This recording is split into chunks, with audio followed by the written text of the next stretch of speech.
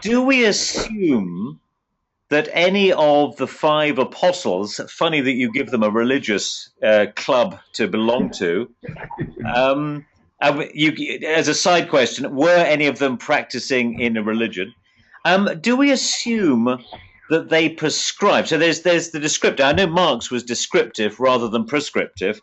Um, were any of them, are all of them prescriptive of a utopia, or are all of them real enough to say there's a win lose, which is reflected in your pyramid?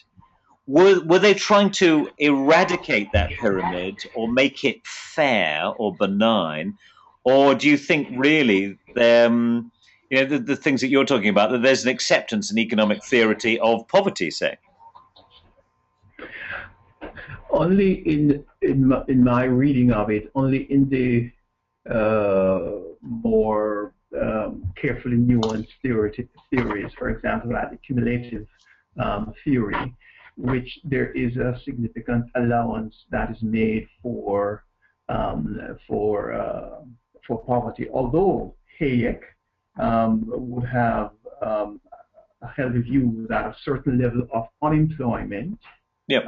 may be necessary within an economy, so as to allow for Yep. a certain amount of public intervention. But by and large, what these theorists were about is how it is to make a society what they regard as the best economically speaking. Yep. And so the idea, I mean, even if you take the fundamental theory of Adam Smith, it is predicated on the view that each individual